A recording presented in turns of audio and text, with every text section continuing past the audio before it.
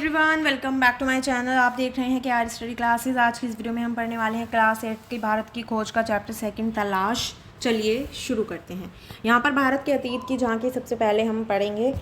तो यहाँ पर जो जवाहरलाल नेहरू जी हैं वो बताते हैं कि किस तरह से बीते हुए सालों में उनका जो भारत को समझने का प्रयास रहा है, उनके मन में देश के प्रति कुछ प्रश्न उठते हैं कि आखिर जो भारत है वो क्या है, अतीत में यह किस विशेषता की प्रतिनिधित्व करता है।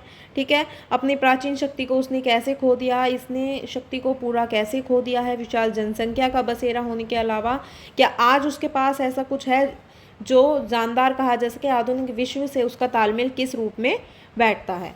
उसके बाद वो कहते हैं कि भारत उनके खून में रचा बसा हुआ है, इसके बावजूद वो एक बाहरी आलोचक की नज़र में देखना शुरू करते हैं। वो कहते हैं कि उनके मन में तरह तरह की शंकाएं उठ रही थी, वे विश्व तत्व को जानना चाहते थे।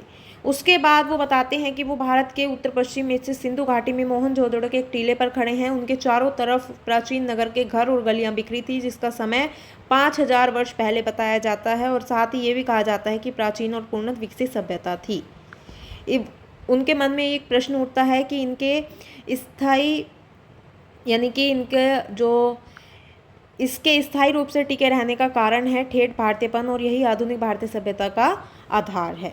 वो कहते हैं कि यह विचार आश्चर्यचकित कर देता है कि कोई संस्कृति या सभ्यता इस प्रकार 5-6 हजार वर्ष या इससे भी अधिक समय तक कैसे बनी रह सकती है, बराबर परिवर्तनशील और विकासमान रहकर। फारस, मिस्र, ग्रीस, चीन, अरब, मध्य एशिया और भूमध्य सागर के लोगों से उसका बराबर निकट संपर्क रहा। यद्यपि भारत ने उसे प्रभावित किया और स्वयं प्रभावित हुआ, फिर भी सांस्कृतिक आधार इतना मजबूत था कि वह हिला नहीं। इस मजबूती का रहस्य आखिर क्या है?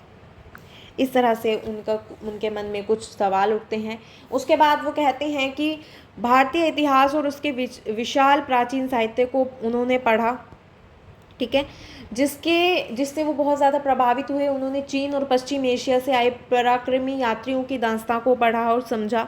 वो कहते हैं कि हिमालय पर भी वो घूमते रहे। ठीक है, पहाड़ों के प्रति उनका जो प्रेम है वो बहुत ज़्यादा था। कश्मीर के साथ उनके कुछ खून के रिश्ते थे, जिसने उनको और ज़्यादा उसकी तरफ आकर्षित किया। इस महान पर्वत से निकलकर भारत के मैदानों में बहने वाली भारत की विशाल नदियों ने उन्हें आकर्षित किया। इतिहास के अनगिनत पहलुओं की याद ताज़ा की। इंडस या सिंधु, जिसके आधार पर हमारे भारत देश का नाम है, इंडिया और हिंदुस्तान, जिसे पार करके हज़ारों वर्ष से यहाँ जातियाँ और कबीले, काफिले और फौजें आते रही हैं। ब्रह्मपुत्र इतिहास की मुख्य धारा से लगभग कटी हुई पुरानी कहानियों में आज भी जीवित उत्तर पूर्वी पहाड़ियों के हृदय में पड़ी गहरी दरारों के बीच में से बरबस मार्ग बनाती हुई भारत में प्रवेश करती है, फिर पहाड़ों और जंगलों में भरे मैदान के बीच शांत रमणीय धारा के रूप में बहने लगती है। यमुना, जिसके चारों ओर नृत्य, उत्सव और नाटक से संबंध ना जाने कितनी पौराणिक कथाएं एकत्रित हैं। और भारत की नदी गंगा, जिसने इतिहास के आरंभ से ही भारत के हृदय पर राज किया है। लाखों की तादाद में लोग अपने तटों की ओर खींचा है। प्राचीन काल से आधुनिक युग तक गंगा की गाथा भारत की सभ्यता और संस्कृति की कहानी है। उसके बाद वो बताते हैं कि किस तरह से जो पुरानी मूर्तियाँ और भग्न अवशेष हैं उन्होंने देखा, चित्रों को देखा, अजंता एलोरा, एलिफेंटा गुफाओं को देखा, अन्य स्थानों को देखा। आगरा और दिल्ली में कुछ समय बिताया, वहाँ पर खूबसूरत इमारतों को देखा। प्रत्येक वहाँ पर पत्थर, किस तरह से वहाँ पर जो पत्थर से बनी हुई जो इमारतें थी उनसे वो प्रभावित हुए। ठीक है, उसके बाद वो बताते हैं कि इलाहाबाद और हरिद्वार में महान स्नान पूर्व पर्व कुंभ के मेले में वो जाते हैं। वहाँ पर वो देखते हैं सैकड़ों और हज़ारों की तादाद में लोग हैं। वो कहते हैं कि वो जब भी किसी जगह जाते वहाँ पर विशेष स्थान से सबक चित्र तत्काल में उनके सामने खड़ा होता था। बनारस के पास सारनाथ में उन्होंने बुद्ध को उनका पहला उपदेश देते हुए लगभग साफ देखा। 2500 वर्ष का फासला तय करके उनके कुछ अभिलिखित शब्द जैसे दूर से आता प्रतिध्वनि की तरह उन्हें सुनाई पड़ते थे, और अशोक के पाषाण स्तंभ जैसे अपने शिलालेखों के माध्यम से उन्हें एक ऐसे आदमी के बारे में बताते थे जो खुद एक सम्राट होकर भी अन्य राजा सम्राट से महान था। फतेहपुर सीकरी में अपने साम्राज्य को बुलाकर बैठा अकबर विभिन्न मतों के विद्वानों से संवाद और वाद विवाद कर रहा था। ठीक है। उसके बाद वो बताते हैं कि भारत के इतिहास की लंबी झांकी और उसके उतार चढ़ावों के विजय पराजयों के साथ धीरे धीरे उनके मन में उनके सामने खुलती जा रही थी। इतिहास के 5000 वर्षों से चली आ रही सांस्कृतिक परंपरा की निरंतरता में कुछ विलक्षणता प्रतीत होती है। यह परंपरा जो दूर दूर तक जनता में फैली थी और जिसने उस पर गहरा प्रभाव भी डाला था।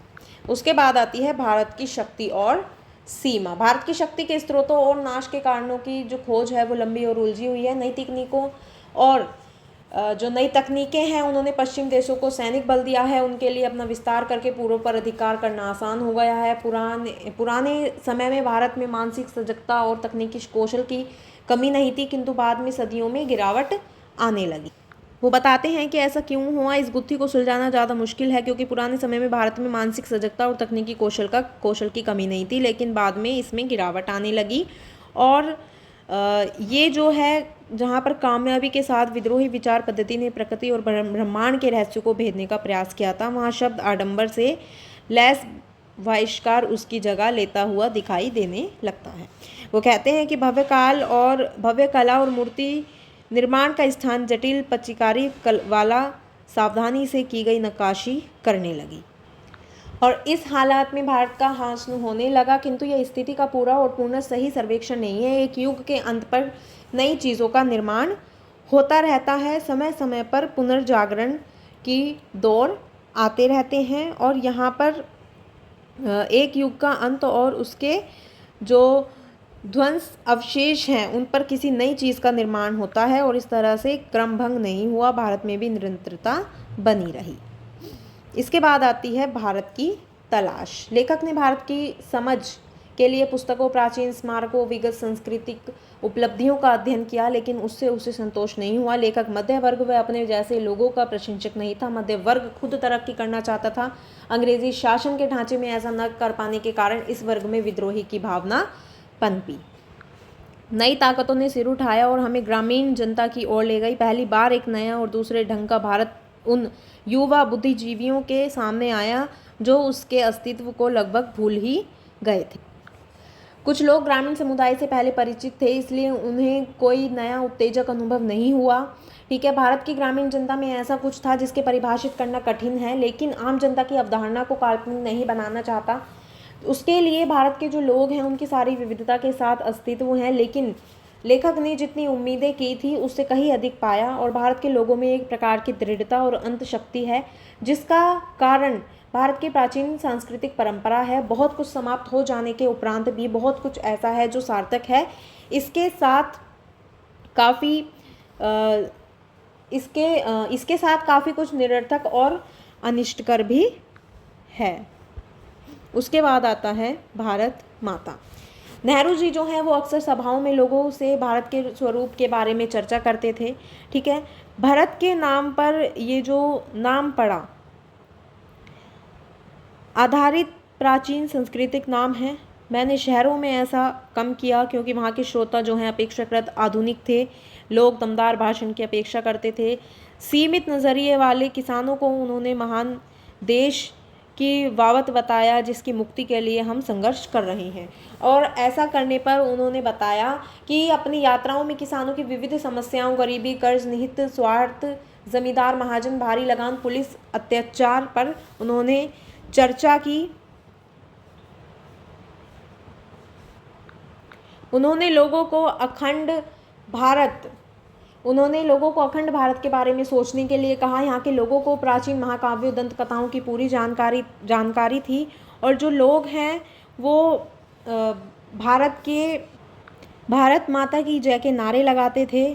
ठीक है, नेहरू जी बताते हैं कि लोगों से भारत माता की जय उनसे उनका यह आशय था कि इसके बारे में पूछते थे। एक व्यक्ति ने उत्तर दिया, भारत माता हमारी धरती है, हमारी भारत की मिट्टी प्यारी है, भारत में ही सब कुछ है। भारत के पहाड़ और नदियाँ, जंगल और फैले हुए खेत जो हैं वो हमारे लिए भोजन मुहैया करते हैं और यह सब उसे प्रिय है।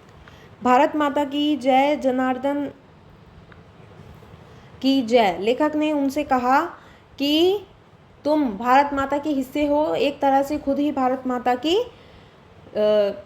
एक तरह से तुम खुद ही भारत माता हो। और यह विचार धीरे धीरे लोगों के दिमाग में बैठता जाता और उनकी आंखें चमकने लगती, मानो यह कोई महान खोज कर दी हो। इसके बाद है भारत की विविधता और एकता। भारत की विविधता अद्भुत है, प्रकट है, सतह पर दिखाई पड़ती है, कोई भी उसे देख सकता है। इसका ताल्लुक शारीरिक रूप से भी है और मानसिक आदतों और विशेषताओं से भी है। ठीक है, यहाँ पर हमें देखने के लिए मिलता है कि चेहरे मोहरे, खान पान, वेशभूषा और भाषा में बहुत अंतर है। पठानों के लोक नृत्य रूसी कोजक नृत्य शैली से मिलते हैं। इन तमाम विभिन्नताओं के बावजूद पठान पर भारत की छाप वैसे ही दिखाई देती है। ठीक है, तक्षशिला का जो महान विश्वविद्यालय है जो 2000 वर्ष पहले प्रसिद्ध की चरम सीमा पर था। पठान और तमिल तो मात्र 2 उदाहरण हैं, बाकी की स्थिति इन दोनों के बीच की है। सबकी अपनी अपनी अलग विशेषताएं हैं, सब पर गहरी छाप भारतीयता की है। भारत की विभिन्न भाषाएं और बोलियां जो हैं वो बोली जाती हैं, इसके बावजूद सभी भारतीय हैं, सबकी विरासत एक है, सबकी इनकी जो नैतिक और मानसिक विशेषताएं हैं वो एक हैं। प्राचीन चीन की तरह प्राचीन भारत अपने आप में एक दुनिया थी, एक संस्कृति और सभ्यता थी जिसने तमाम चीज़ों को आकार दिया। विदेशी भी आए, विलीन हो गए। किसी विदेशी समूह में छोटी छोटी विविधताएं हमेशा देखी जाती हैं। आज राष्ट्रीयतावाद की अवधारणा जो है वो कहीं अधिक विकसित हो गई है, भले ही उनमें भीतरी मतभेद हो। एक हिंदुस्तानी ईसाई, वो कहते हैं कि एक हिंदुस्तानी ईसाई मुसलमान कहीं भी जाए एक हिंदुस्तानी ही समझा जाएगा। लेखक ने भारत की यात्रा की, उसे समझा है, इस कारण वह समग्र देश का चिंतन व मनन करते हैं। और वो कहते हैं कि हम अपनी पसंद की तस्वीर बनाते हैं और उसे हमेशा सहेज कर रखते हैं।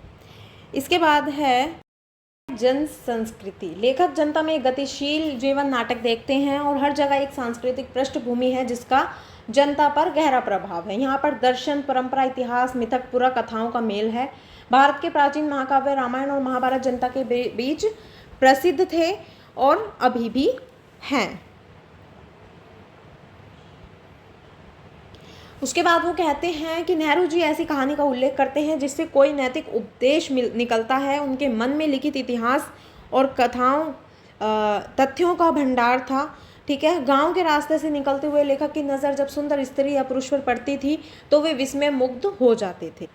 उन्हें लगता था कि तमाम कष्टों के बावजूद जिनसे भारत सदियों से गुजरता रहा, आखिर यह सौंदर्य कैसे टिका है और कैसे बना रहा। चारों ओर गरीबी और उनसे उत्पन्न होने वाली अनगिनत विपत्तियां फैली हुई थी। ठीक है, इसकी छाप हर मनुष्य के माथे पर थी।